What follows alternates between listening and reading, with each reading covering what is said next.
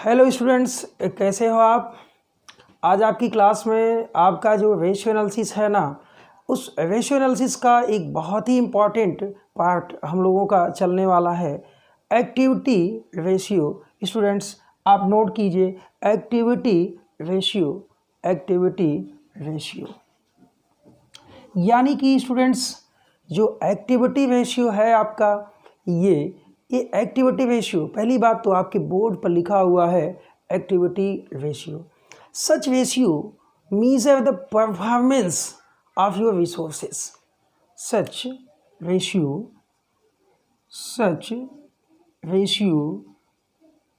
measure the performance of resources। यानी कि resources का जो परफॉर्म, अब आपके पास रिसोर्सेस माय डियर स्टूडेंट्स कौन कौन सी होती हैं, जो आपके पास रिसोर्सेस होती हैं, यानी कि रिसोर्सेस का मतलब क्या होता है, संसाधन। यदि कोई ऑर्गेनाइजेशन अपने एसेट्स का, अपने स्टॉक का, अपने डेटर्स का, अपने क्रेडिटर्स का, या जो भी रिसोर्सेस हैं, इनका यदि बेहतर इस्तेमाल किया है तो इस बेहतर इस्तेमाल से उसकी प्रॉफिटेबिलिटी अच्छी बनेगी, उसकी गुडविल पर भी इसका इफेक्ट जाएगा। साथ ही साथ स्टूडेंट्स, यदि बिजनेस में इन संसाधनों का, यानी इन रिसोर्सेस का परफॉर्मेंस अच्छा नहीं हो, तो हम समझते हैं कि बिजनेस पर ये जो निगेटिव इम्पैक्ट जाता है, ये निगेटिव इम्पैक्ट आपको, ये रेशियो एनालिसिस भी उस समय यदि आपके एसेट्स या रिसोर्सेस की बेहतर ढंग से इस्तेमाल नहीं होती है, यानी कि वो परफॉर्म नहीं कर रहे हैं, तो बिजनेस की जो आपके बिजनेस के जो मैनेजर्स हैं, संबंधित व्यक्ति हैं, उनकी कार्यकुशलता पर भी प्रश्न उठने लगता है। So students, accounting for managerial decision के लिए इम्पॉर्टेंट है कि एक बहुत ही इम्पॉर्टेंट टॉपिक जो एक्टिविटी रेशियो है, ये मेजर किया जाए। स्टूडेंट्स हम बता रहे हैं आपको इसमें कौन कौन से जो रेशियोज हैं वो फाइंड किए जाएंगे। सबसे पहला तो stock turn over ratio measure किया जाएगा, फिर डेटर टर्न ओवर रेशियो, फिर average collection period, creditors turnover ratio, average payment period, working capital turnover ratio, fixed assets turnover ratio, current assets turnover ratio, total assets turnover ratio. आपने देखा students, आपने देखा कि ये जो कंप्लीटली आपके turnover जगह जगह लिखा हुआ है, टर्नओवर। यानी कि स्टूडेंट्स आपने कन्फर्मली यहाँ ये देखा ना कि यहाँ डिफरेंट जो आपके रिसोर्सेस हैं, इन रिसोर्सेस का, यानी कि रिसोर्सेस का क्या ऑप्टिमम यूज़ हुआ है, यानी यूज़ होगा तो निश्चित तौर पर रिसोर्सेस बदले जाएंगे, रिप्लेसमेंट होगा, यानी कि उनका टर्नओवर क्या होता है, ये आपके आज इस एक्टिविटी रेशियो में हम लोग डिसाइड किया जाएगा, हम लोग मेजर किया जाएगा डिसीजन मेकिंग के अकॉर्डिंग, कि यानी ये अकाउंटिंग, पिछले दिनों से हम लोग जो अकाउंटिंग कर रहे हैं ना, ये डिसीजनल अकाउंटिंग है। यहाँ मैनेजर्स डिसीजन लेते हैं, प्रबंधक डिसीजन लेते हैं इन अकाउंटिंग के माध्यम से।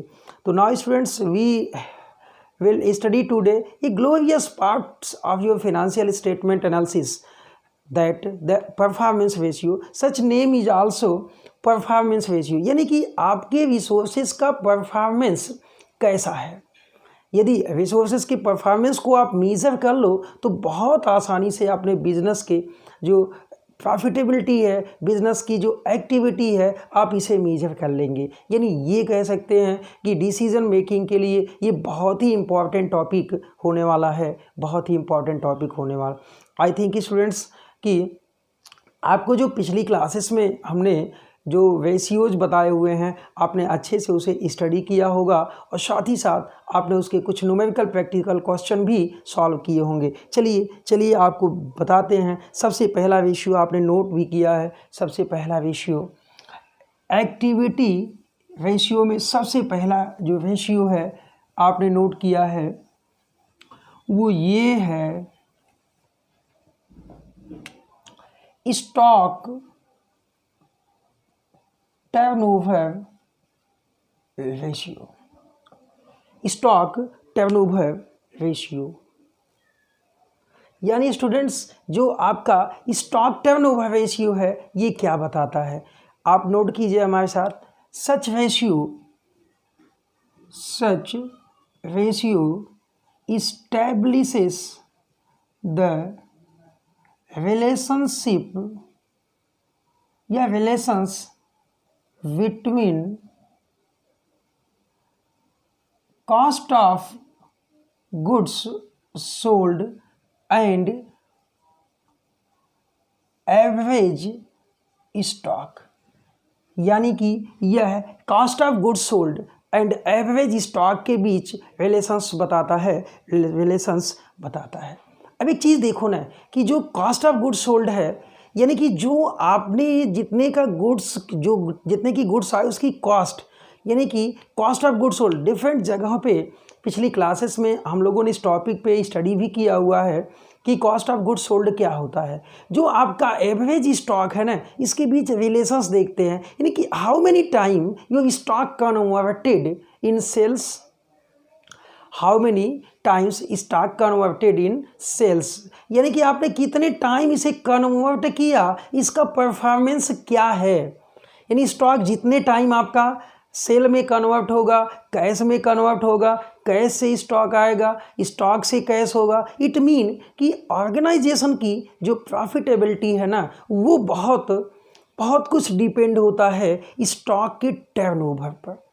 स्टूडेंट्स स्टॉक का टर्नओवर रेशियो जितना ज़्यादा होगा उतना बिजनेस की प्रॉफिटेबिलिटी हाई यानी अधिक होती चली जाएगी, क्योंकि मेनली जो हम लोगों का मेन जो इनकम है वो सेल ऑफ स्टॉक है। आई थिंक मैंने लास्ट क्लासेस में आप लोगों को समझाया हुआ है कि स्टॉक की सेलिंग से हमको मैक्सिमम जो डायरेक्ट इनकम मिलता है ये कहीं न कहीं से गुड्स की सेलिंग से ही मिलता है। तो स्टूडेंट्स आपका स्टॉक टर्नओवर रेशियो जितना ज़्यादा होगा, जितना हाई होगा, यानी कि जितने गुना होगा वो बहुत ही फ़ायदेमंद होता है बिजनेस के लिए। यानी कि एक क्विक डिसीजनल भी होता है मैनेजर्स के लिए कि आप जस्ट जान जाते हो कि आपका स्टॉक कितनी बार कन्वर्ट होता है कैश में, यानी कि स्टॉक के टर्नओवर का जो रेशियो है वो क्या है। इट मीन कि अभी आपने लिखा कि लिखेंगे stock turnover ratio is equal to cost of goods sold upon, आप नोट कीजिए, average stock. You well known students, you well known what is cost of goods sold and what is average stock. चलो फिर से हम आपको बताते हैं। Cost of goods sold कैसे निकलता है। सबसे पहले तो सेल्स में से आप ग्रॉस प्रॉफिट माइनस कर लोगे तो आपको COGS पता चल जाएगा। आप खुद सोचो, सेल्स यानी कि जो आपकी नेट सेलिंग है उसमें से यदि आप स्टॉक के यदि उसमें से जो प्रॉफिट आपने कमाया, यानी सेल्स में से प्रॉफिट को माइनस कर लो तो क्या पता चलता है sir? Cost of goods sold पता चलता है। चलो नेक्स्ट क्या पता चलता है भाई? नेक्स्ट क्या पता चलता है? COGS यानी cost of goods sold is equal to opening stock add किया आपने, परचेज ऐड किया, क्या ऐड किया? All direct expenses on purchase, और इसमें से बेटा लेस किया क्या?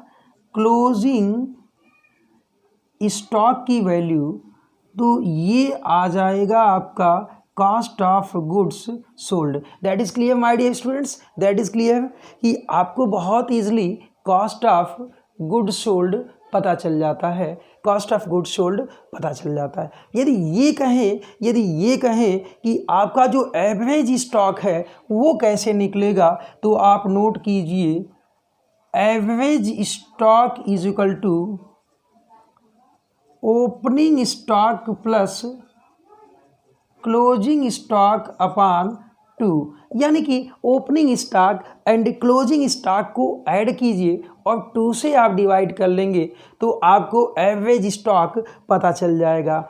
अभी आपके माइंड में कुछ चीज़ें चल रही होंगी माय डियर सर, यदि क्वेश्चन में कॉस्ट ऑफ गुड्स सोल्ड न निकाल सकें तो क्या होगा?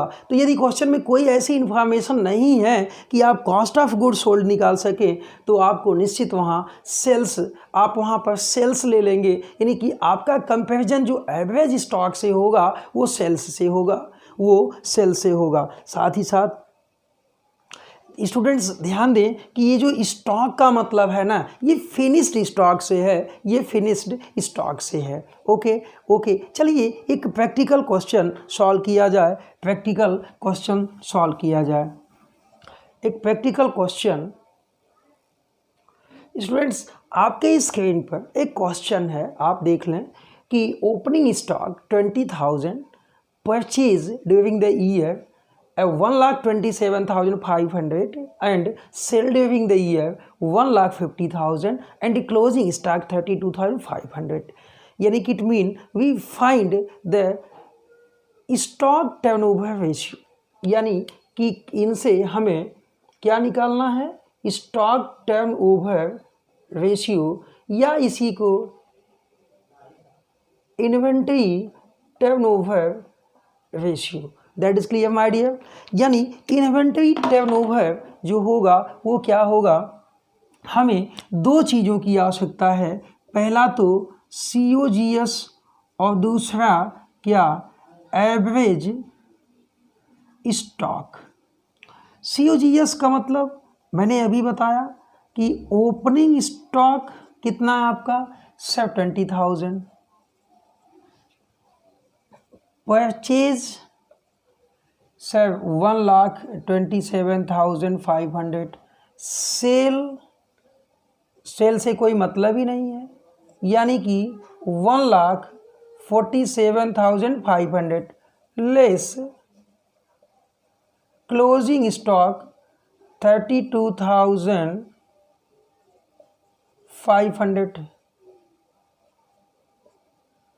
1,15,000 कितना? 1,15,000 ये फिगर बनता है स्टूडेंट्स आपका COGS का। अच्छा एवरेज स्टॉक यानी मैंने आपसे बताया कि opening stock plus closing stock upon 2, तो opening stock here given 20,000, closing stock 32,500 यानी अपॉन 2, यानी ये आ जाएगा, यानी 52,500 डिवाइडेड बाई 2, यानी 26,250, 26,250। That is clear figure students. अब देखो अब क्या किया जाए, आपने लिखा है कि COGS अपॉन एवरेज स्टॉक, यानी COGS आपने निकाला 1,15,000 डिवाइडेड बाई 26,250। चलो भाई, चलो आपका जो 1,15,000 डिवाइडेड बाई 26,250 यानी 4.38, यानी ये 4.38 टाइम्स, यानी आपका स्टॉक ना 4 गुना से ज़्यादा, 4 गुना, यानी कि जो उसका कन्वर्जन रेशियो है वो 4.38 है, यानी 4 टाइम्स से अधिक वो कन्वर्ट होता है। दैट इज़ ये। अब देखो, अलग अलग बिजनेस का एक आइडियल लेवल होता है कि उनका बिजनेस कितने टाइम में स्टॉक को कन्वर्ट कर लेता है, यानी कि कन्वर्जन रेट अलग अलग बिजनेस का अलग अलग वो डिसाइड किए होते हैं। तो यदि कोई ये पूछे कि सर ये इसका आइडियल लेवल क्या होगा, भाई स्टॉक तो आपका बिकना ही चाहिए, स्टॉक तो कुछ ना कुछ आपका जाना ही चाहिए, यानी कि कन्वर्ट होते रहना चाहिए। तो स्टॉक टर्नओवर का रेशियो का जो आपने ये क्वेश्चन सॉल्व किया, ये बहुत ही मतलब आप ये डिसीजन के लिए बहुत इंपॉर्टेंट होगा। तो नेक्स्ट टॉपिक आपका है debt of turnover ratio. Students, debt of turnover ratio.